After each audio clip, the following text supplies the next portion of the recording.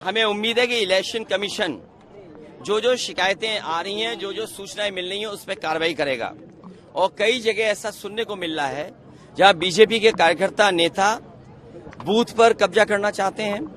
कई जगह जो शुरुआती दौर में एजेंट नहीं बनने देना चाहते थे। मैंने यहां पर एक अधिकारी को देखा, जिस समय मैं गाड़ी में आया उसे होश ही नहीं था क्या कर रहा है, और लोगों को गाली गलौज कर रहा है। अगर पोलिंग स्टेशन पे आप लोगों को गाली गलौज करोगे, ये कहाँ का व्यवहार है? और चेक करने की अनुमति अंदर है, आप बाहर खड़े होकर पुलिस नहीं चेक कर सकती है कि आप वोट डाल के आए हो कि नहीं डाल के आए हो।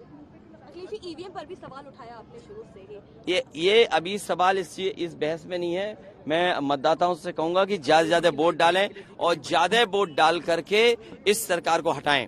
लड़ाई जो है वो वैचारिक लड़ाई है भारतीय जनता पार्टी से। आपको लगता है देश का पिछले 10 सालों के अंदर जो हश्र है वो बुरा हुआ है? देखिए, पिछले 10 साल में महंगाई बढ़ी है, बेरोजगारी बढ़ी है। आम लोगों के जीवन को जो सुधारने का रास्ता होना चाहिए, जो विजन होना चाहिए, वो नहीं रहा सरकार का। और हम किसी चीज को देखें, आज दवाइयों के दाम बढ़ गए हैं, जरूरत की चीजों के दाम बढ़ गए हैं, गाड़ियों की कीमत बढ़ गई है, बिजली महंगी खरीदनी पड़ रही है, और किसी के हाथ में नौकरी रोजगार नहीं है। आप विश्व गुरु बनना चाहते हैं, विकसित भारत बनना चाहते हैं, लेकिन पर कैपिटा इनकम क्या है आपकी? आपके बैंक्स ने लोन माफ किया उद्योगपतियों का, बड़े लोगों का। आपने किसानों का लाखों रुपया नहीं माफ किया, आपने बड़े बड़े उद्योगपतियों को करोड़ों रुपए माफ कर दिया।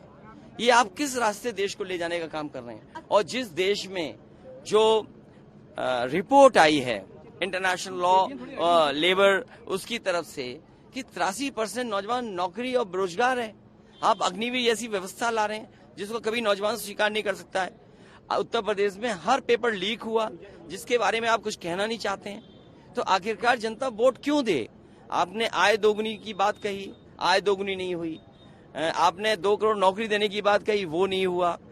तो आपके पिछले 10 साल में हर बात झूठी निकली, वादे झूठे निकले। किसानों ने आत्महत्या जो 10 साल में की है वो 1 लाख किसान हैं। आपने 3 काले कानून लाने का काम किया, हजारों किसान आत्महत्या कर लिया। आपने किसानों को थार से कुचला। तो ये कोई किसान न भूलने वाला है, न जनता भूलने वाली है। लोकतंत्र को खतरा पैदा किया है, संविधान को खतरा पैदा किया है। ये चुनाव जहां मतदाताओं से मैं कहूंगा एक वोट डाल करके अपनी जीवन की खुशहाली लाने के लिए रास्ते बनाएं, वहीं बाबा साहब भीमराव अम्बेडकर जी का दिया हुआ संविधान, उसको बचाने के लिए भारतीय जनता पार्टी के खिलाफ मतदान करें। अखिलेश जी, भाजपा कह रही है कि पोलराइज करके आप वोट मांग रहे हैं। देखिए, ये भारतीय जनता पार्टी की चतुराई है, लेकिन जनता उन सवालों को नहीं सुनना चाहती है। जनता अपने सवालों पे जवाब भारतीय जनता पार्टी को देना चाहती है। जो लोग तुष्टीकरण की बात कर रहे हैं वो आत्म तुष्टीकरण में फंसे हुए हैं। जो लोग मनमर्जी काम करते हैं, मन की बात करते हैं, कम से कम उन्हें संविधान की बात और 140 करोड़ देश के लोगों की बात सुननी चाहिए। राम मंदिर मुद्दा है इस चुनाव में। देखिए, क्या मुद्दा है क्या नहीं, लेकिन गरीबी मुद्दा है, बेरोजगारी मुद्दा है, किसान की आय दोगुनी नहीं हुई, ये मुद्दा है।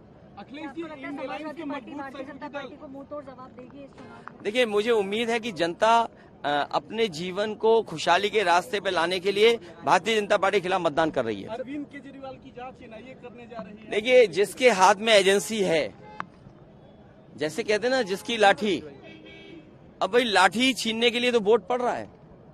हर संस्था को इन्होंने खराब कर दिया। यही तो संविधान कह रहे हैं कि संविधान को खतरा है। संविधान को खतरा तभी है ना क्योंकि हर संस्था को इन्होंने अपने हाथ में ले लिया।